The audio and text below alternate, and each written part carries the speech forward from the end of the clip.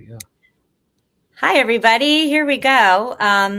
If you have tuned in looking for Greg Siskind, he's on hiatus tonight, enjoying the Vanderbilt Memphis basketball game. So, in his stead, I'm Elissa Taub, and with me is Robby Rubin. And we are both attorneys at Siskind Susser. And so, we're going to fill Greg's pretty lofty shoes for tonight. If you normally tune into our live streams, you've probably seen both myself and Robby here before. So we are happy to be with you. So let's see. We are going to start off with the week's news. And actually, before we do that, just real quick, I'll mention this at the top and then I'll mention it at the bottom of the hour, bottom of our time as well. So, obviously we're coming into the holiday season. This will be our last weekly live stream for 2025. We are going to take the next 2 Wednesdays off, and we will be back with you the first week in January to start off 2026. That said, if there is any breaking news over the course of the next couple of weeks, of course, you can probably expect that Greg will be on here, and maybe some of us will get to join him to discuss any breaking news. And I specifically on that will say that on some of the H-1B litigation that some of you are very interested in, stay tuned for potential news there. If there is anything that comes up, Greg certainly will come on and brief everybody with those updates. So without further delay, let's talk about the news, Robby. It's been such a quiet time since Thanksgiving for us immigration lawyers. I don't even know what I'm doing with my days. There's just nothing happening. Yeah. I wish that were the case. I wish I could just play solitaire in my office every day, but that's not what we're doing. So let's talk about some of the recent news. I think the first thing you and I were just talking about over the last week, just actual news reports. We're going to talk about policies and things like that. But in terms of actual news, we had the good news last week that Kilmar Abrego Garcia was going to be released from custody. Robby, do you want to tell us a little bit about what happened there? I don't think we have a ton of information, but if you want to. Yeah, I think, the long and short of it, the practical implications is that the judge, ordered him released from detention, number one, but number two also said that the government would be prohibited from detaining him again, finding that the whole process of his deportation and removal order was just completely violative of due process. So definitely a victory for him and for immigrant rights on that front. So he is out of detention, and it's also good that has some protection against being detained in the future, which is also comforting. Yeah, it was kind of nice when the judge said something like his removal is not imminent, and you're like, okay, good, because they've had a lot of conversations in court about whether where the government might be able to remove him, and then they discovered that there wasn't even a removal order out there. So yeah, all kinds of interesting stuff there. So that's great news. A couple other articles, specifically from the New York Times, that have come out in the last few days. New York Times has been really busy reporting on a whole host of immigration issues over the last few weeks, and they've really broken some news. We have this article from, let's see, I think it was from Friday. It's all running together now. It was Friday. well, which one? I don't know if you're talking about the denaturalization quota or if you're talking about the TSA. The TSA. Okay. Yeah, so there was this article from Friday in the New York Times talking about how the TSA is sharing flight manifests with ICE and with with further into the Department of Homeland Security. And that's something that really hadn't happened in the past so much, or at least not formally.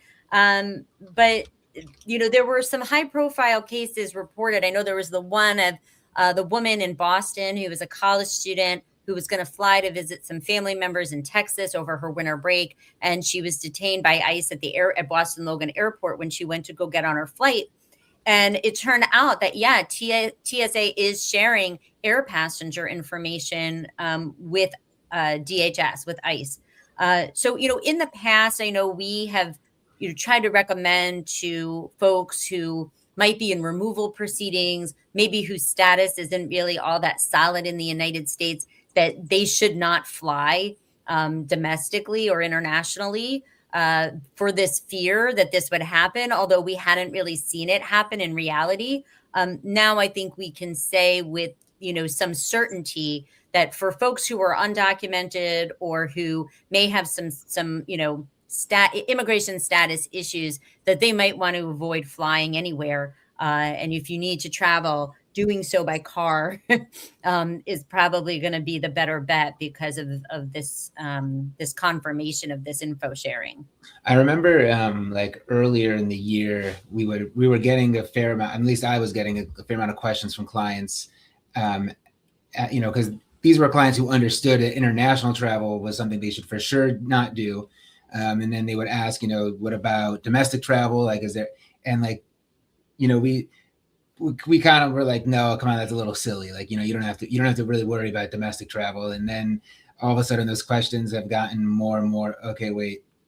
Yeah, I think now we've gotten to a point now it's where it's become, clear that, certain people, at least, not everybody, obviously, if your immigration status is, completely normal and you don't have anything to worry about, but that it's now becoming a concern for, for certain folks to even travel domestically.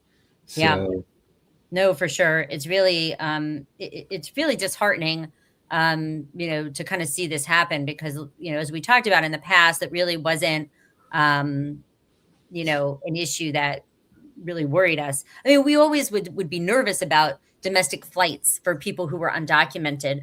But we wouldn't, if they said to us, well, what are the odds, right? Or have you ever seen this happen? We'd be like, no. Now we can all say, well, we've seen it happen. So now I know.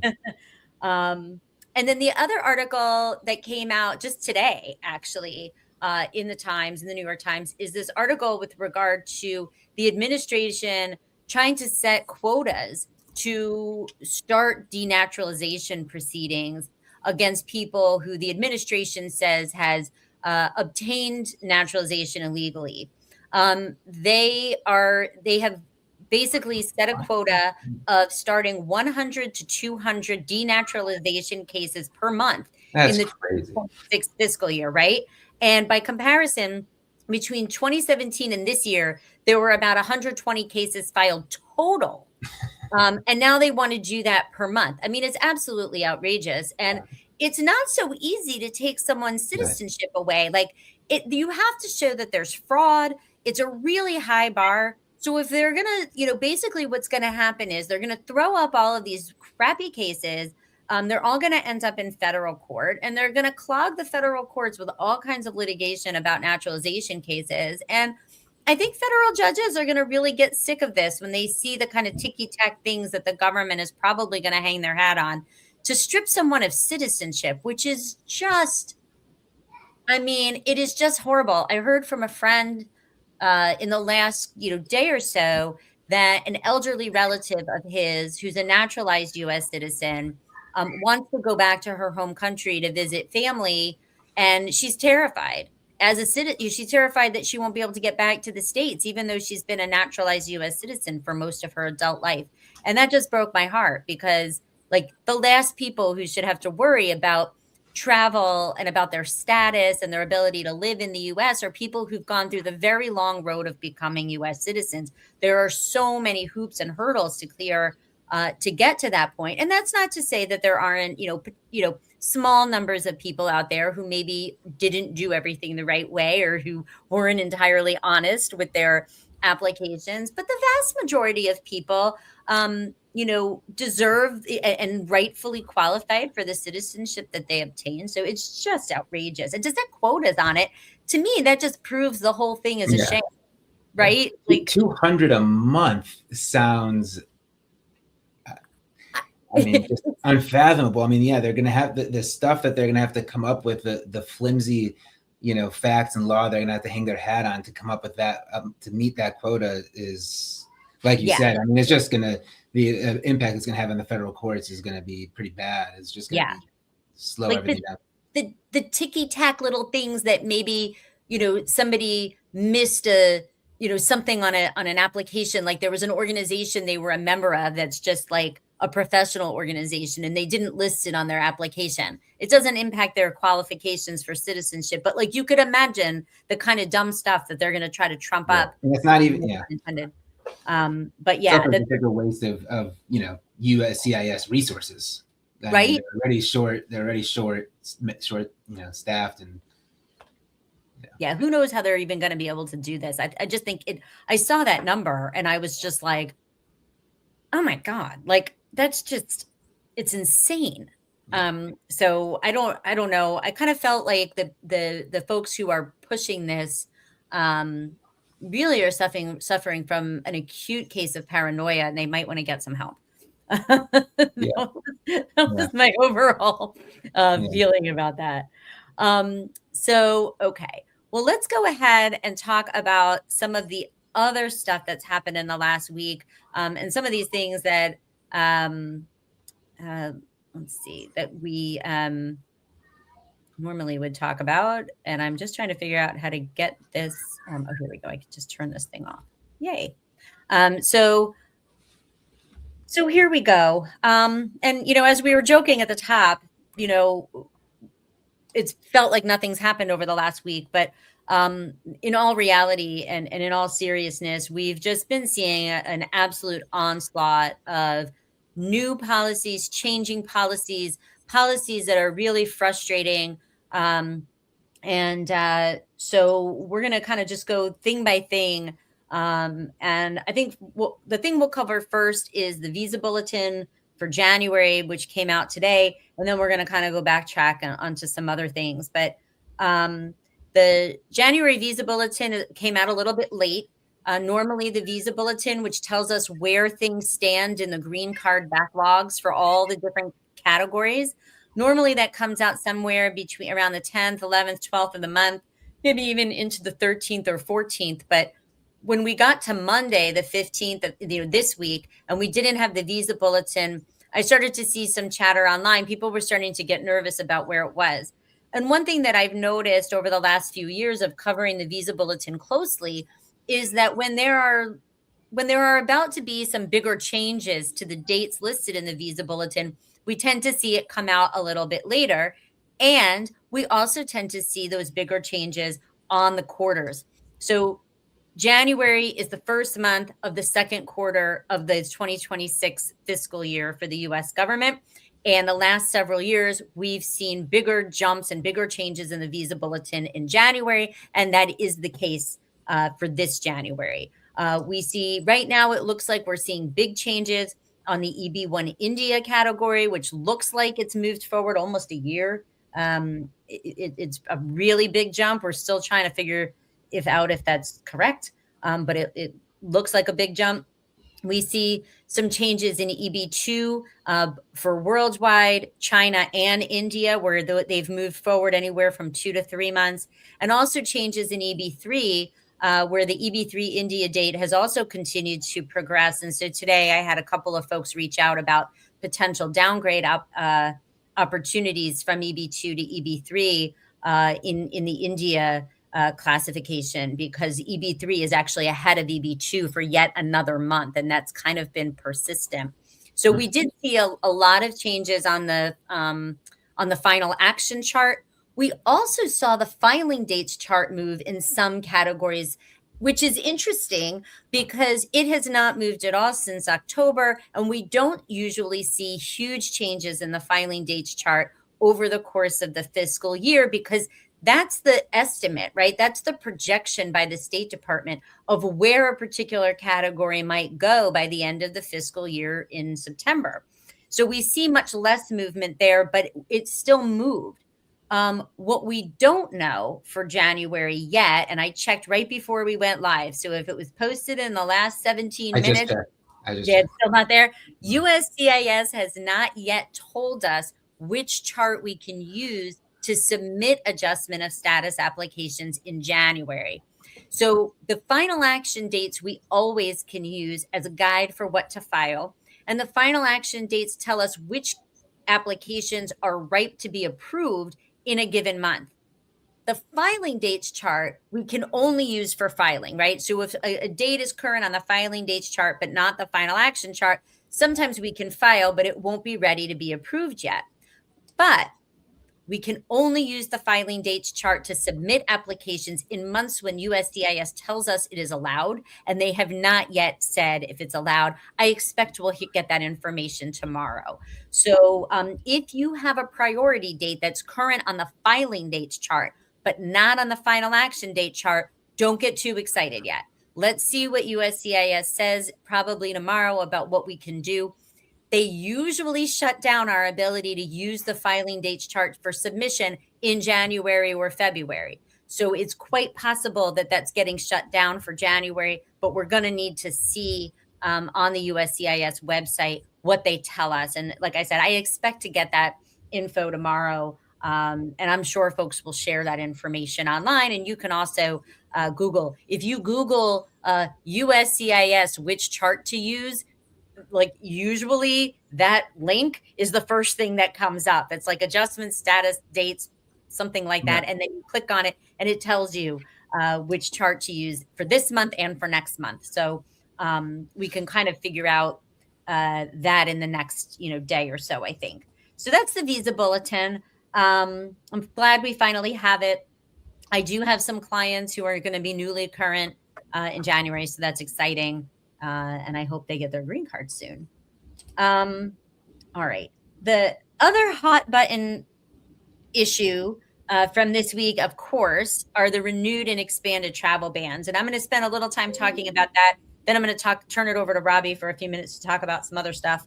But the travel bans were really a big deal when they came down yesterday. We've been telling clients for the last couple of weeks, we think an expanded travel ban is coming. We don't know when, and we don't know what countries. Please don't go anywhere. And then yesterday, the new travel bans dropped.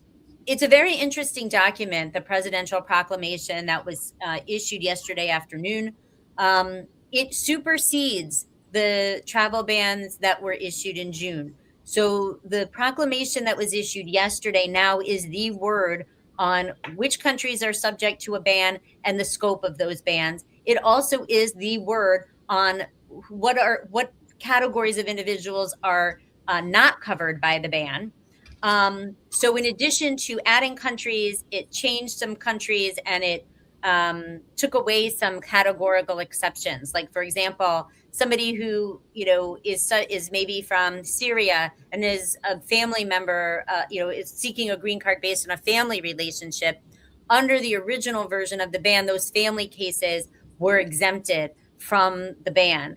They no longer are. So those folks would now need to apply for something called a national interest exception in order to be able to obtain that immigrant visa. And so there were some things like that changed. So who's subject and who isn't? Just like the original ban that was issued in June, there are two categories of countries. There are categories that are fully banned. These are people are ineligible for any non-immigrant or immigrant visa to come to the United States. So essentially, if you're here already, you can stay, but don't leave, because if you leave, you cannot come back. Just as with the original ban, of course, people who are dual nationals, so if you're a citizen of a country other than the listed country and you travel using that passport, you should not be subject to the ban. But one thing we're hearing is that people who go for visa stamps from those countries are oftentimes being given the shortest duration visa, maybe only for a single entry. So those folks still may be affected, even though they're not specifically covered by the ban. So the countries that are subject currently to a full ban continue to be Afghanistan, Burma, Myanmar, Chad, the Republic of Congo, Equatorial Guinea, Eritrea, Haiti, Iran, Libya, Somalia, Sudan, and Yemen. The new ban also then adds Burkina Faso, Laos, Mali, Niger, Sierra Leone, South Sudan, and Syria. And it also includes individuals using travel documents that were issued or endorsed by the Palestinian Authority, regardless of the country that that person is from. There are also some countries that are not fully banned, but they're only partially banned. And for these countries, what is not allowed is the issuance of a tourist visa in the B categories, or an F and M or a J visa. And it also reduces the validity of other visas to the bare minimum. So if the reciprocity table says 3 months single entry, then you might, if you apply for your H-1B visa, you might only get a visa for 3 months for one entry. And so that means that every time you travel, you'd likely have to go back and apply for your visa again. So that's what that means. Initially, the ban included Burundi, Burundi, Cuba, Togo, and Venezuela. The new ban adds Angola, Antigua and Barbuda, Benin, Cote d'Ivoire, Dominica, Gabon, the Gambia, Malawi, Mauritania, Nigeria, Senegal, Tanzania, Tonga, Zambia, and Zimbabwe. So it adds a huge number of countries to that list, Nigeria being probably the country with the largest US-based population out of that group besides Venezuela. And then the new ban also takes Turkmenistan off of the full ban list, and it just for purposes of non-immigrant visas. So folks from Turkmenistan are still banned for immigrant visas, but now are allowed to get non-immigrant visas in the other listed categories. So there was a little bit of change there.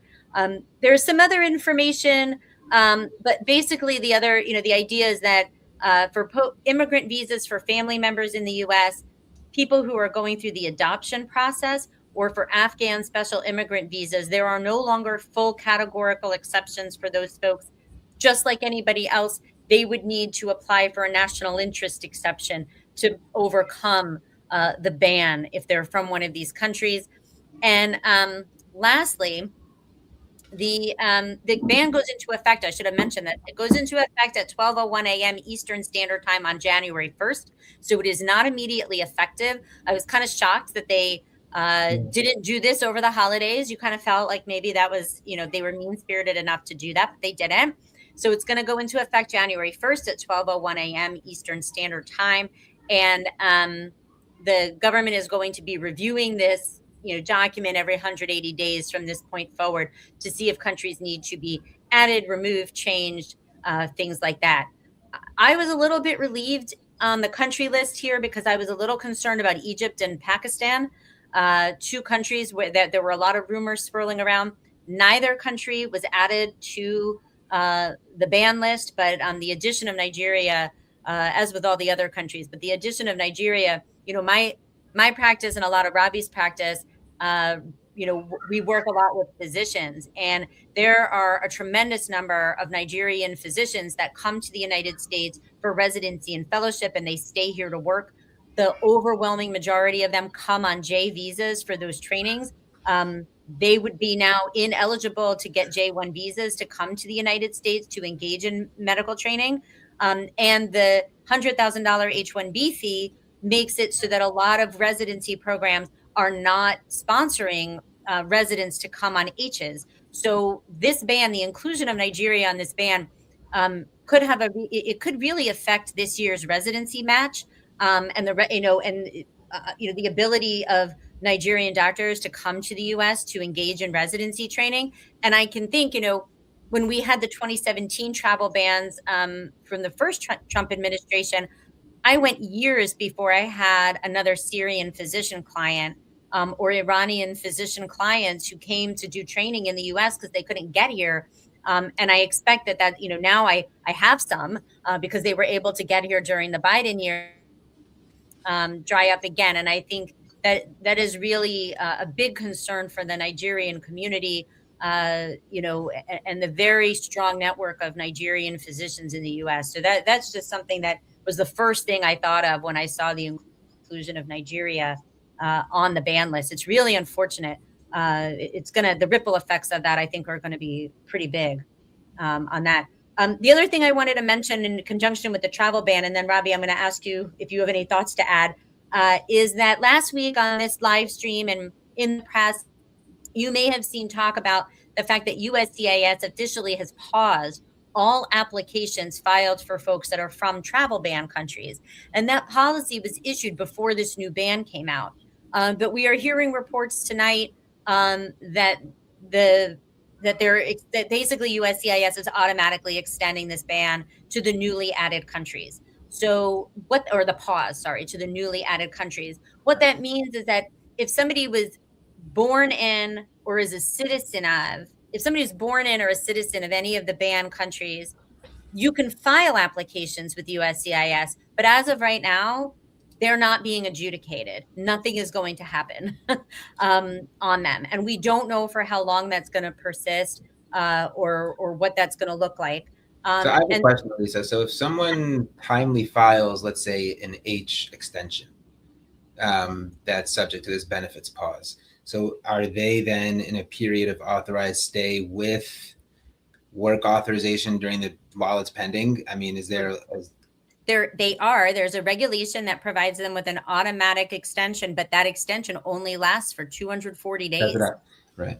So I've heard from, I've heard from some colleagues, just in the last week of, they had clients who were kind of approaching that 240-day deadline. And those folks can still stay in the US, theoretically, like pending that extension. They have to stop work when they get past day 240. So this is really a very impactful, policy to just pause all applications for these people with really no reason, no justification for doing so. And on that same note, impact litigation, our litigation partnership, joint venture, whatever you want to call it, we are currently onboarding a lawsuit for folks that are from one of the now 39 banned countries. Whoops, what happened? From one of the 39 banned countries, we are preparing to file a lawsuit challenging both the bans and the benefits pause. Why does this keep going away? Oh, because it's scheduled for only 10 seconds. We don't want to do that for 10 seconds. I'm going to have to fix that. But so the link that's currently on your screen, which hopefully will stay there longer than 10 seconds. I don't know why it's not letting me do it for, hang on a second. Let's, I don't want a timer. See, if Greg were here, this would not have happened. He is he's like a pro with this stuff. I have no idea what I'm doing. Okay, let's try this. It still says 10 seconds. I have no idea. I'm going to just keep putting it up then. But this link is the link to the, now it doesn't even want to go up. Okay. This is the link to the page that has all of the information about the country ban litigation. There is a detailed FAQ that you can review to see if you potentially would be a candidate for to be a plaintiff. There's all the information. In fact, there's even a way to sign up and sign a retainer agreement and add yourself to the litigation. If you think that this is something that applies to you, I'd highly recommend going to this link, finding out information about the litigation. It's really, really important. These cases are ridiculous. And, one of the challenges is that the government also has added to its discretion policy that if you filed an application where they have the ability to use discretion to make a decision, that being from one of these countries is a negative discretionary factor in them deciding your case. So even if you win and you file something called a mandamus and you force the government to act on your case, they're still going to take this negative inference because you're from one of these places. This is really something that needs to be challenged, and that's what this litigation is aimed at. So highly recommend. Sorry that this thing keeps going away. I have no idea why it's doing that, but I highly recommend checking out the Impact Litigation website. Go and see. I also know that Greg and our Impact partners are potentially going to be doing a live stream at some point in the coming days to talk more about the specifics of the litigation, where folks might be able to ask questions and find out more about whether they would qualify. I will tell you, Robby and I do not work on the litigation side of the firm. So this is about as much information as we have to share with you about it. But I wanted to make sure that while we were talking about the travel bans and everything, that we included the the impact info. So I think I've left that link up there for long enough. So I'm going to leave that alone. Well, the easiest way to do it is to just go to, if you search on Google impact litigation and it's just spelled as it should be. IMMPACT. Yep. Yep. It'll take you to the website. I think it's, usually the website features the 2 or 3, cases that we're currently onboarding for.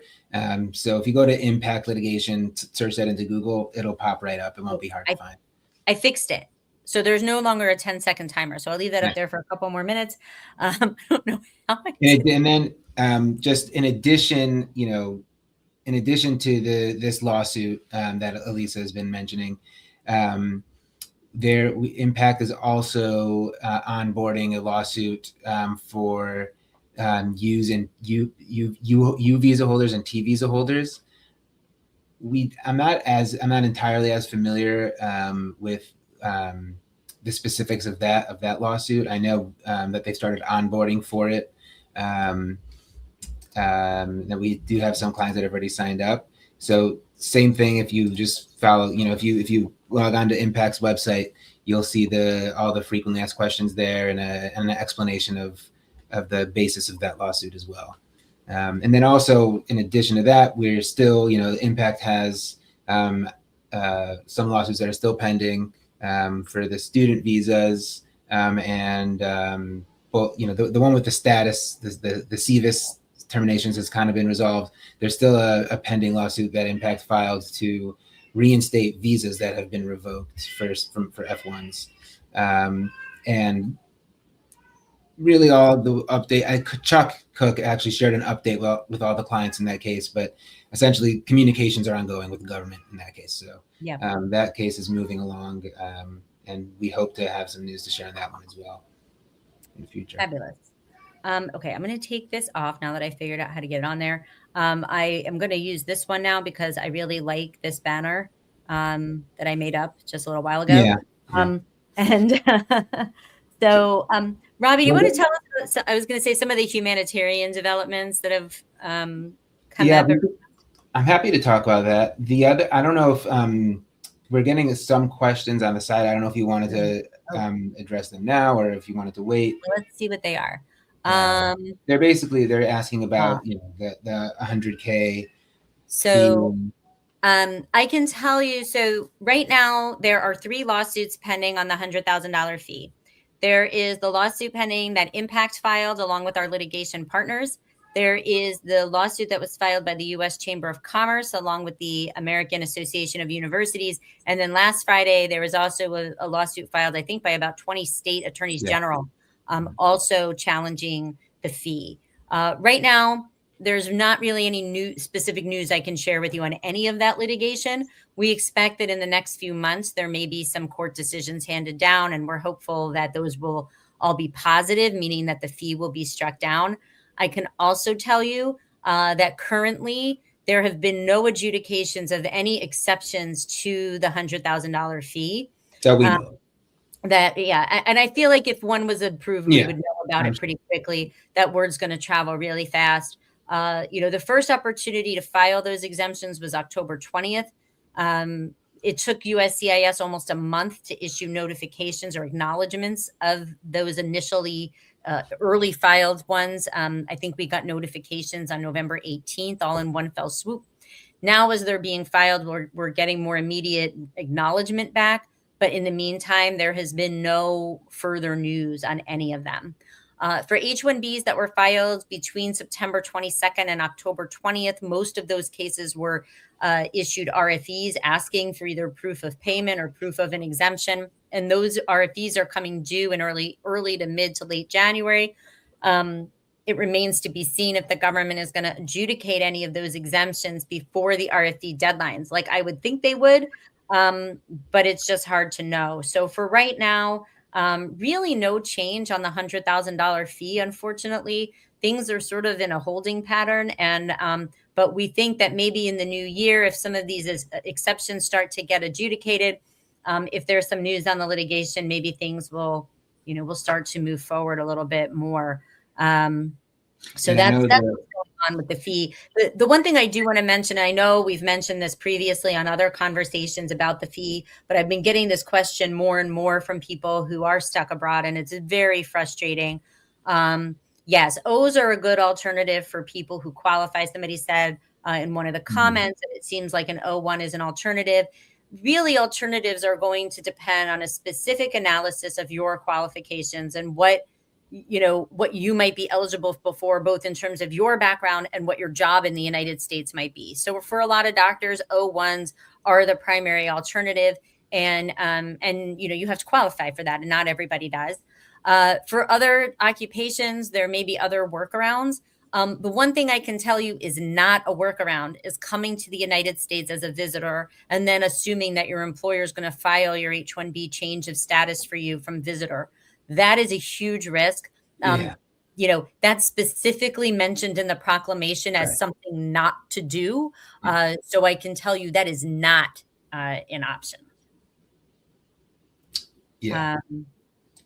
Yeah, and then what is Alan De La Rosa? He was asking also because I know I think that the proclamation initially mentioned the possibility of certain industries being exempted from the fee or anything like that, but no, we haven't gotten like any nothing. There's been no industry-wide exceptions, no even really rumors of anything like that in the works. I know either, so. There were in the early days after the proclamation was issued. There was a tremendous outpouring of lobbying and advocacy from the entire medical establishment, asking the administration to exempt healthcare workers, doctors, nurses. I mean, the whole gamut. We really thought that there was a good chance of that happening because it seemed like a no-brainer. But when the guidance came out on October 20th, saying like, hey, here's what's going on. Here's who the fee applies to. Here's how you get an exemption. They didn't exempt anybody, right? There's no blanket exemption for anybody, for any employers, for any individuals, for any occupations. I thought that was the easy time for them to do it. And when they did it, the lobbying continues, the advocacy continues, but the momentum has definitely waned since that October 20th guidance came out. So unfortunately, there's not really a lot of positive news to report. Hopefully when we resume, we'll have some kind of breaking news live stream at some point to talk about this, to talk about developments. But it is a very frustrating situation to be in. I know I have a number of clients that are facing this situation. And, it's hard to tell folks like, yeah, we're going to apply for this exemption, but we have no idea how long it might take, and we have no idea what the likelihood of success is. And that's the truth, because the government just hasn't given us that information, and there's no other way for us to know other than for us to see other cases or our own cases progress through the system. So unfortunately, that's where things are right now. Since we have some time left, but not a ton of time. So let's go ahead and talk about some of the humanitarian things that have gone on this week, and then we'll come back and talk about a couple of other policies that came out. So, Robby, do you want to talk about TPS and the latest with that? Sure. So the latest casualty country for TPS was Ethiopia on December 12th. So about late last week, they terminated TPS for Ethiopia. So the current designation is valid through February 13th, 2026. So correct me if I'm wrong, Elissa. My understanding is that if you are currently on TPS, then you're still okay to stay in the United States until the designation period. Yes. And likewise, your employment authorization remains valid, assuming that it was issued for the full validity period. Yes. That it'll still remain valid until February 13th, 2026. Yeah. So the TPS for Ethiopia will not be. There will be no more designation periods after February 2026. And similarly, there was a number of family reunification programs for Central American countries and South American, I guess, also had Colombia. Yeah, I see. I wrote them down. It's Colombia, Cuba, Ecuador, El Salvador, Guatemala, Haiti, and Honduras. Yeah. So those were programs that allowed for the parole of immediate family members that had immediate family members in the United States.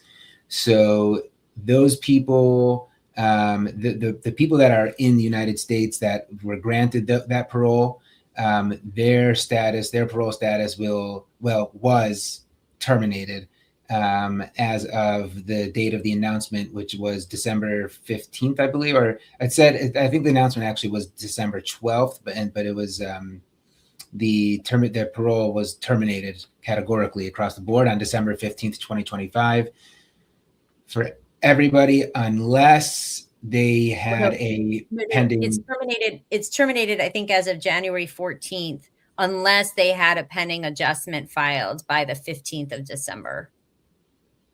Okay.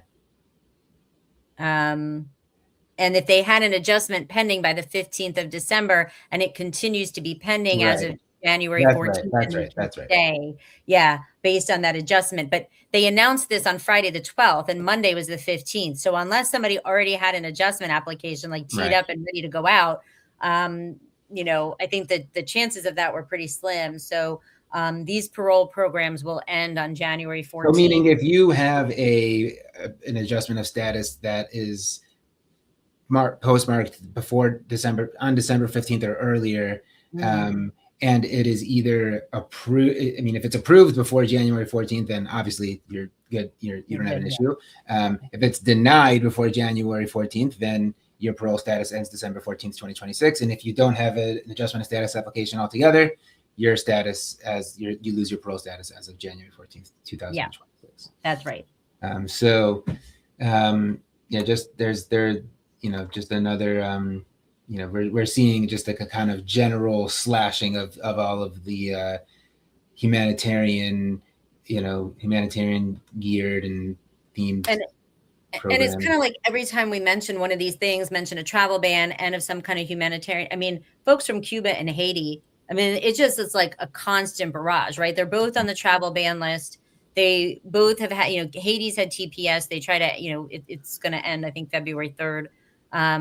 They're, like basically every list that Haiti could be on. Haitian, I mean, you're from South Florida and I live in South Florida, and the Haitian population represents a significant part of the healthcare field, of the healthcare sector. And that's going to be a problem for obviously it's especially in service occupations in the healthcare sector, there are, in addition to nurses and folks like that, but just even, aides in the hospital and, folks that can move patients and, things like that. I heard from a hospital last week that has one of their facilities, a good portion of their janitorial staff is Haitians who are on TPS.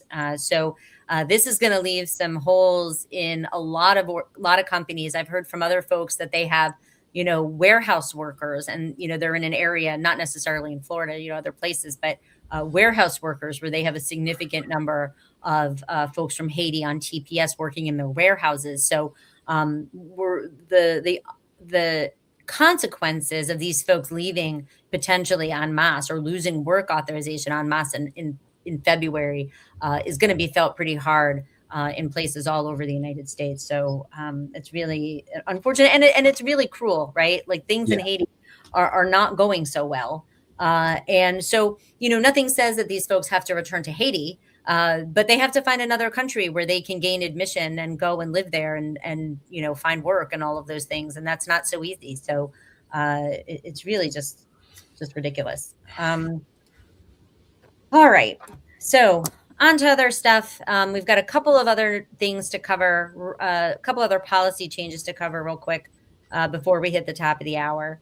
The first one was USCIS announced on Friday a new policy with regard to photos that are submitted with applications that require them. So There are lots of applications that we file with the Immigration Service that require the submission of photos, replacements for green cards on a Form I-90, I-485 adjustment of status applications, applications for work cards and advanced parole, citizenship all kinds of things require the submission of photos.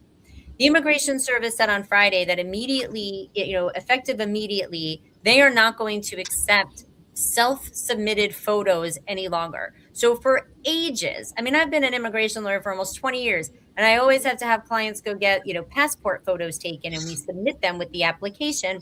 They said, we're not doing that anymore. The only valid photos are the photos that we take at USCIS. So now all of these folks are going to have to go for biometrics appointments so they can have their photo taken.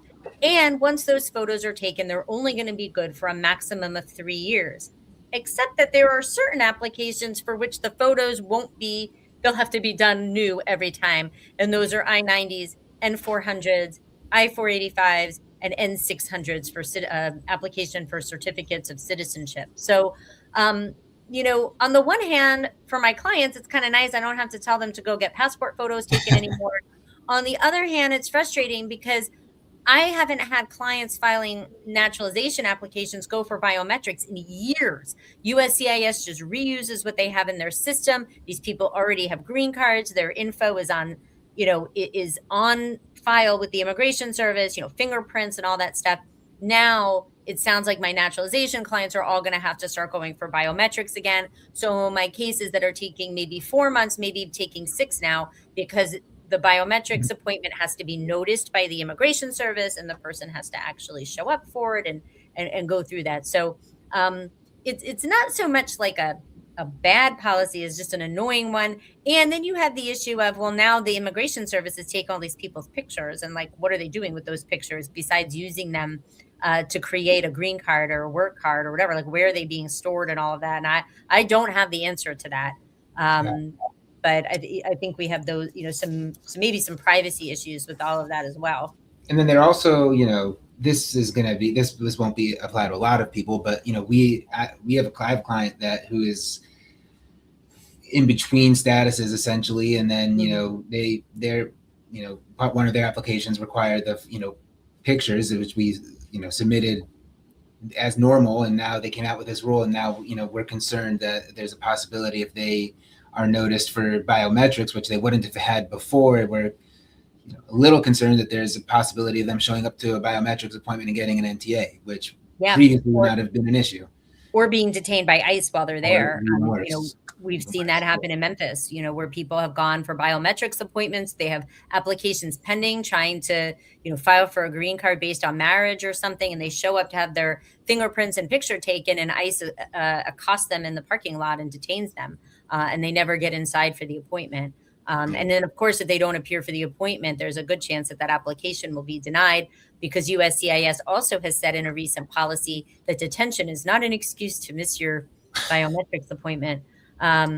So, yeah, fun times. Ridiculous. Very fun. Yeah, very fun. So the last thing that we'll cover tonight is actually something that just came out today, and I didn't even know about it. I literally had gone on to the newsroom on travel.state.gov tonight so that I could see when certain policies were issued and kind of get some updates. And I see that this announcement was made today. So some months ago, back in the summer, the State Department implemented its visa bond program. And this is a program where nationals of certain countries have to pay a bond in order to get a visitor visa to come to the United States. And the bond can be $5,000, $10,000, or $15,000. And then if the person leaves the United States at the appointed time, they get their visitor visa, they come to the U.S. and they leave as expected, then they can ask and get the money back on the bond. When this thing was first announced, there were only like 2 countries on it. The first 2 countries were Malawi and Zambia, and they did that. And little by little, they've added like 1 country here, 2 countries there. But as of January 1st, and as announced tonight on the State Department's website, they are adding 6 new countries to the visa bond program. And these are Bhutan, Botswana, the Central African Republic, Guinea, Guinea-Bissau, Namibia, and Turkmenistan. Turkmenistan, fresh off its full visa ban, now those folks are eligible for non-immigrant visas, but if they want to get a visitor visa, they got to pay like, a boatload of money in order to get one, to sort of like secure their desire to leave the US at the appointed time. So these countries all get added to the visa bond program as of January 1st. And I noticed that some of the older countries that were listed, Mauritania, Sao Tome and Principe, Tanzania, the Gambia, Malawi, Zambia, some of those are now on the visa ban, on the country ban list. So, apparently they did the visa bond first, and then they weren't happy enough with that. There were still, maybe too many people coming. I don't know. And so now they've, for some of them, they banned them entirely. So that's what's going on with the visa bond program. So we'll kind of see, like I said, every few months they seem to add another country to that.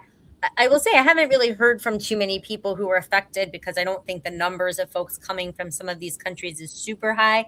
And because we're talking about visitor visas, a lot of times these folks are not represented by lawyers, so we wouldn't necessarily hear from them with questions. But it's I think it's interesting. A lot of these countries have high poverty levels, and so to think that somebody might be able to spend $10,000 and put that in some account and let it sit there while they come to the US for a few months, and then they go back and have to wait for the US government to refund them or something. I mean, it's just bizarre to me. Yeah.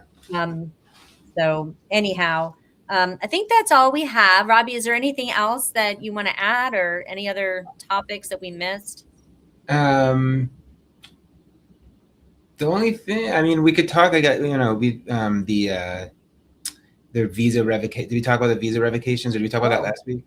I don't know if they talked about it last week. I mean, it's kind of continuing I know they talked about last week about the new social media vetting and online presence vetting for H-1Bs.